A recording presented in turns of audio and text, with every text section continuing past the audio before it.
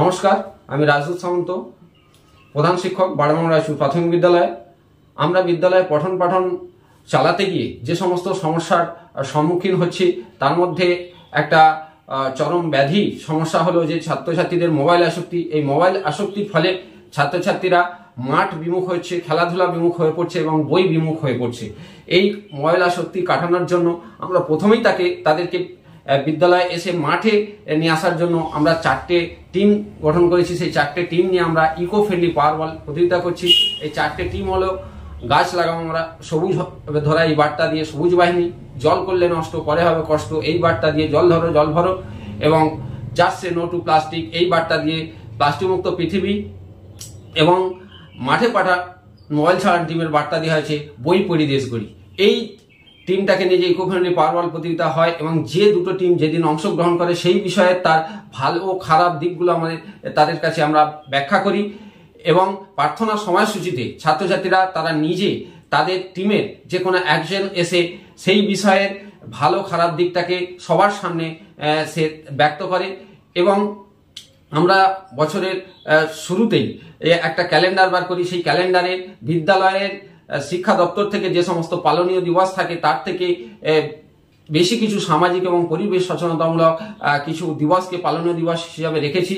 সেই সমস্ত দিবসে আমরা যেমন 22শে মার্চ বিশ্ব জল দিবস, এই বিশ্ব জল দিবসে জল আমরা কেন সংরক্ষণ করব, জল নষ্ট হলে আমাদের ভবিষ্যতে কি ক্ষতি হতে পারে, এই বিষয়পূর্ণ এবং ওয়াটার হারভেস্টিং প্রসেসের মাধ্যমে যে আমরা বিদ্যালয়ে জল সংরক্ষণ করছি, এইটা কেন করছি সেইটা তারা হাতে কলমে দেখছে, শিখছে, জানছে, এবং এই খেলাধুলার মাধ্যমে আনন্দ পরিসরে তারা পরিবেশ চর্চা করছে।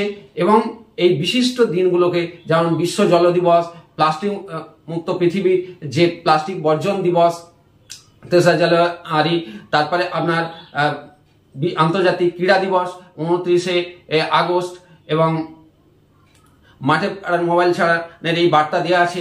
এই দিবসগুলোকে কেন্দ্র করে আমরা ওই ছাত্রছাত্রীদের মধ্যে থেকে বিভিন্ন বিষয় নিয়ে কুইজ কন্টেস্ট প্রতিযোগিতা করছি, এবং তারা জানছে যে মোবাইল আসক্তির ফলে তাদের কি ক্ষতি হয় সেটা ছেলেরাই নিজেরাই বলছে যে আমাদের চোখের ক্ষতি হয়, আমাদের মেজাজ খিটখিটে হয়ে যায়, এবং আমাদের বুদ্ধি কমে যেতে পারে, এবং পড়াশোনা করলে এবং খেলাধুলা করলে আমাদের শরীর মন দুটোই ভালো থাকবে।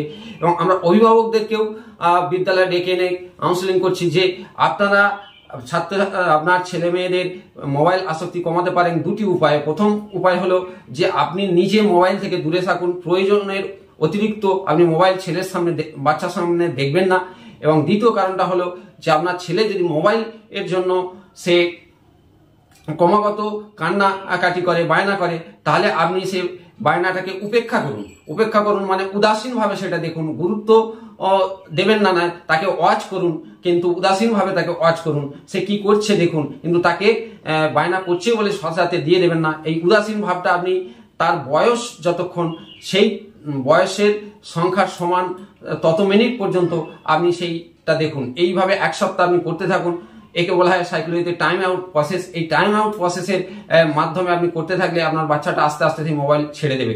তো গার্জেনরা এটা বাড়িতে প্র্যাকটিক্যালি করার ফলে তারা কিন্তু এই মোবাইল আসক্তিটা ছেড়ে দেওয়ার অনেকটা উপায় পেয়েছে, এটা আমরা হাতে কলমে দেখতে পাচ্ছি। এবং এই বিভিন্ন দিবসগুলোকে নিয়ে যে কুইজ কন্টেস্ট প্রতিযোগিতা, এবং আমাদের বিদ্যালয়ের একটা খুব গুরুত্বপূর্ণ জিনিস হলো যে বৃক্ষ সখা জন্মমাস। এই বৃক্ষ সখা জন্মমাসে একটা শিশু তার বন্ধু গাছের গোড়ায় জন্মদিন পালন করে, তাদের আমরা একটা বই দিই মনীষী শতক। এতে 101টা মনীষীর জীবনী থাকে।